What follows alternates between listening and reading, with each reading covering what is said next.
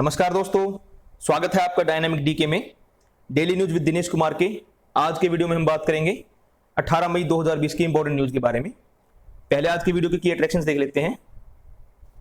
हमारे आज के वीडियो में national disaster management authority, MNREGA, प्रधानमंत्री उज्ज्वला योजना और पीएम किसान योजना जैसी योजनाओं का जिक्र आया है, जिसे मैंने वीडियो में अलग कलर से हाईलाइट किया है। तो आप इन योजनाओं के बारे में जानने के लिए स्लाइड को ध्यान से पढ़ लीजिए। चलिए वीडियो शुरू करते हैं। लॉकडाउन का जो थर्ड फेज था वो खत्म हो चुका है और देश में कोरोना वायरस के बढ़ते इन्फेक्शन के मद्देनजर जो हमारा एनडीएमए है, राष्ट्रीय आपदा प्रबंधन प्राधिकरण, उसने लॉकडाउन की अवधि को 31 मई तक बढ़ाए जाने का निर्णय लिया है और इसके साथ ही चौथे जो फेज की लॉकडाउन जो है उसके लिए विस्तृत गाइडलाइन जारी किए गए हैं। लॉकडाउन का जो फोर्थ फेज होगा वो आज से शुरू होगा। गृह मंत्रालय के आदेशानुसार इस दौरान सभी घरेलू और अंतर्राष्ट्रीय यात्री विमान सेवाएं बंद रहेंगी। केवल घरेलू हवाई एम्बुलेंस और चिकित्सा और सुरक्षा से जुड़ी विमान सेवाओं की परमिशन होगी। रेल और मेट्रो रेल सेवा भी पोस्टपोन रहेगी। स्कूल, कॉलेजेस और प्रशिक्षण और कोचिंग संस्थान बंद रहेंगे और इस दौरान ऑनलाइन शिक्षण सेवाओं को प्रोत्साहित किया जाएगा। होटल और रेस्टोरेंट सहित सभी आतिथ्य सेवाएं जो है पहले की तरह बंद रहेंगी। केवल स्वास्थ्य क्षेत्र, स्वास्थ्य कर्मियों, सरकारी अधिकारियों और टूरिस्ट सहित फंसे हुए अन्य लोगों और क्वारंटाइन सुविधाओं के लिए ऐसी सेवाओं की अनुमति होगी। केवल वही होटल और रेस्टोरेंट खुल सकेंगे जो होम डिलीवरी सेवाएं देते हों। सभी cinema halls, shopping mall, gym, swimming pool, entertainment park, bar, auditorium, सभा भवन और ऐसे ही अन्य स्थान बंद रहेंगे। खेल प्रीमिसेस हैं और स्टेडियम को खोलने की अनुमति दी गई है, लेकिन इसमें ऑडियंस को जाने की इजाजत नहीं होगी।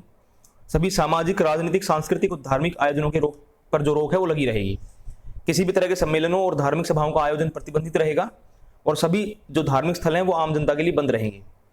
अंतर्राज्यीय यात्रीय वाहनों और बसों के परिचालन को संबंधित राज्यों की अनुमति से मंजूरी दी जाएगी। तो इनकी अगर बसें चलानी है तो जो कंसर्न स्टेट होगी वो इसकी परमिशन देगी। लोगों की आवाजाही के बारे में जो स्टैंडर्ड ऑपरेटिंग प्रोसीजर है उसका कड़ाई से पालन किया जाएगा। कोविड इन्फेक्शन के प्रबंधन के लिए राष्ट्रीय स्तर पर जारी जो गाइडलाइंस है उनका पालन जरूरी होगा और राज्य और जो यूटीज है हमारे वो रेड, ग्रीन और ऑरेंज जोन का निर्धारण करेंगे और कंटेनमेंट जोन में केवल एसेंशियल सर्विसेज की अनुमति होगी। बात करते हैं होम मिनिस्ट्री द्वारा जारी किए गाइडलाइंस की। गृह मंत्रालय ने कोविड-19 प्रबंधन के लिए नेशनल गाइडलाइंस जारी किए हैं और ये सार्वजनिक स्थलों और कार्यस्थलों पर लागू होंगे। इनके अनुसार चेहरा ढकना अनिवार्य होगा और इधर उधर थूकने पर जुर्माने के साथ सजा होगी। पब्लिक प्लेसेस और यातायात के साधनों में सभी लोग एक डिस्टेंसिंग को फॉलो करेंगे और उन मानकों का पालन करेंगे। बात करते हैं आत्मनिर्भर भारत अभियान की। हमारी वित्त मंत्री निर्मला सीतारमण ने आत्मनिर्भर भारत अभियान के तहत विभिन्न क्षेत्रों के लिए कल ढांचागत सुविधाओं की घोषणा की। श्रीमती सीतारमण और जो राज्य मंत्री हमारे अनुराग ठाकुर हैं, उन्होंने देश की अर्थव्यवस्था को पटरी पर लाने के लिए आर्थिक पैकेज की 5वीं और अंतिम किस्त के बारे में संवाददाताओं को कल नई दिल्ली में जानकारी दी।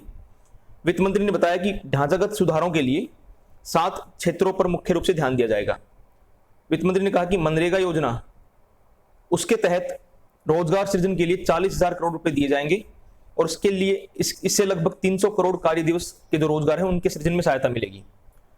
श्रीमती सीतारमण ने बताया कि सरकार ने राज्यों के लिए कर्ज की सीमा राज्य के जीडीपी के 3% से बढ़ाकर 5% कर दी है। उन्होंने बताया कि अप्रैल के पहले सप्ताह में राज्य आपदा राहत कोष से 11,000 करोड़ रुपए से अधिक की राशि अग्रिम रूप से जारी की गई है। श्री अनुराग ठाकुर ने बताया कि प्रधानमंत्री गरीब कल्याण पैकेज के तहत 80 करोड़ लोगों को फ्री ऑफ कॉस्ट अनाज दिया गया है और राहत पैकेज में कोविड-19 महामारी से निपटने के लिए स्वास्थ्य संबंधी योजनाओं पर विशेष ध्यान दिया गया है। हमारे वित्त राज्य मंत्री ने कहा कि शिक्षा को हर वर्ग तक पहुंचाने के लिए हर संभव प्रयास किया गया है। प्रवासी कामगारों को उनके होम स्टेट्स में भेजने के प्रबंधनों पर श्रीमती सीतारमण ने कहा कि केंद्र सरकार इसके लिए लगातार कोशिश कर रही है और इसमें राज्यों का सहयोग भी मिल रहा है। वित्त मंत्री ने बताया कि प्रधानमंत्री उज्ज्वला योजना के तहत 6,81,000 सिलेंडर जो है वो फ्री ऑफ कॉस्ट उपलब्ध कराए गए हैं। उन्होंने बताया कि प्रधानमंत्री किसान योजना के अंतर्गत 8 करोड़ 19 लाख किसानों को 16,000 करोड़ रुपए से अधिक की राशि जारी की गई है। बात करते हैं कोविड-19 पर अपडेट की। हमारे हेल्थ मिनिस्टर डॉक्टर हर्षवर्धन ने बताया कि देश में अभी तक कोविड-19 से 90,927 लोग इन्फेक्टेड हुए हैं और इनमें से 34,109 लोग ठीक हो चुके हैं। कोविड-19 से इन्फेक्शन से कुल 2,872 लोगों की डेथ हुई है और पिछले 24 घंटों के दौरान इन्फेक्शन के 4,987 मामले सामने आए हैं। देश में कोविड-19 के मरीजों के स्वस्थ होने की जो रेट है हमारे यहाँ पर वो 37.5% हो गई है। ये काफ़ी अच्छी इंप्रूवमेंट है इसके लिए। पिछले 24 दिन के दौरान इन्फेक्टेड मामलों की दुगना होने की दर जो है वो 11.5 रही, जो कि पिछले 3 दिन में गिरकर 13.6 रह गई है। कोविड-19 के संक्रमण की जांच करने की लिए जांच क्षमता जो है वो प्रतिदिन 1 लाख टेस्टिंग हो गई है। देश में 373 गवर्नमेंट लैब्स और 152 के आसपास जो प्राइवेट लैब्स हैं वो काम कर रही हैं और अब तक टोटल 22 लाख से आसपास लोगों की जांच की जा चुकी है। देश में 8 राज्य और यूटीज ऐसे हैं जहां पर कोविड-19 के संक्रमण होने का कोई नया मामला सामने नहीं आया है और दमन एंड दीव, सिक्किम, नागालैंड और लक्षद्वीप में अभी तक इन्फेक्शन का एक भी मामला सामने नहीं आया है, जो कि एक अच्छी अचीवमेंट है हमारे लिए। केंद्र ने राज्यों, केंद्र शासित प्रदेशों और केंद्रीय संस्थानों को 90,22,000 के आसपास N95 मास्क और 53,98,000 जो है वो PPE पर्सनल प्रोटेक्टिव इक्विपमेंट जो है वो मुहैया कराई हैं। बात करते हैं वंदे भारत मिशन की। वंदे भारत मिशन के तहत एयर इंडिया के विमान ने आज इस विमान से आज 169 भारतीय नागरिक ढाका से कोलकाता लौटेंगे। बात करते हैं ओडिशा की। वहां पर एक चक्रवाती तूफान है अम्फान, उसके आने की संभावना है। इसके कारण और तेज होने के कारण ओडिशा के 4 जिलों में हाई अलर्ट जारी किया गया है। इसके अलावा 8 अन्य जिलों में भी अलर्टनेस बढ़ा दी गई है और तैयारी एवं उद्धार कार्यों को तेज करने के लिए इन जिलों में NDRF की टीम पहुंच गई है। राज्य सरकार की ओर से कहा गया है कि जरूरत पड़ने पर लगभग 11 लाख लोगों को वहां से ट्रांसफर किया जाएगा। 19 मई को पूरे स्टेट में बारिश होने की संभावना है और सभी जितने भी कोस्टल जिले हैं वहां भारी से भारी बारिश होने का अनुमान मौसम विभाग की तरफ से लगाया गया है और इस दौरान मछुआरों को समुद्र में न जाने की सलाह दी गई है। तो वहां पर तूफान आने की भी आशंका है और कल बारिश होने की बताई गई है।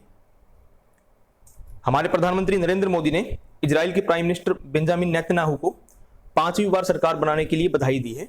श्री मोदी ने कहा कि भारत इजराइल की जो रणनीतिक भागीदारी है उसको और सुदृढ़ करने के लिए वे श्री नेतन्याहू सरकार के साथ निकट सहयोग के साथ काम करने के लिए इच्छुक हैं। तो दोस्तों ये थी आज की खबरें। बात करते हैं आज के स्टैटिक फैक्ट्स के बारे में। आज 18 मई है। 18 मई 1804 को नेपोलियन बोनापार्टे पहली बार फ्रांस का सम्राट बना। उसके अलावा 18 मई 1953 को अमेरिका की जैकलिन कोचरन जो है वो सुपरसोनिक स्पीड से विमान उड़ाने वाली पहली महिला बनी। 18 मई 1955 को भारतीय संसद द्वारा द हिंदू मैरिज एक्ट जो है उसे इनेक्ट किया गया। 18 मई 1974 को भारत ने ऑपरेशन स्माइलिंग बुद्धा के तहत अपना पहला न्यूक्लियर टेस्ट किया और भारत ऐसा करने वाला छठा देश बन गया जिसके पास परमाणु बम था। तो ये हमारे लिए काफ़ी अच्छी अचीवमेंट थी 1974 में। 23 जुलाई 1983 को आरंभ हुई श्रीलंकन सिविल वार लगभग 26 सालों तक चलने के बाद 18 मई 2009 को समाप्त हुई। ये जो सिविल वार थी वो श्रीलंका की सरकार और जो वहाँ पे एक संगठन था लिट्टे उसके बीच चल रहा था और इसमें लगभग 1 लाख के आसपास लोगों ने अपनी जान गंवाई थी। 18 मई 1920 को आधुनिक इतिहास में सबसे लंबे समय तक पोप रहे पोप जॉन पॉल II का जन्म पोलैंड में हुआ था। तो दोस्तों ये थी आज की न्यूज और static facts. I hope you like the video. If you like it please hit the like button, subscribe to my channel, share it with all your friends and don't forget to press the bell icon. Thank you दोस्तों, bye.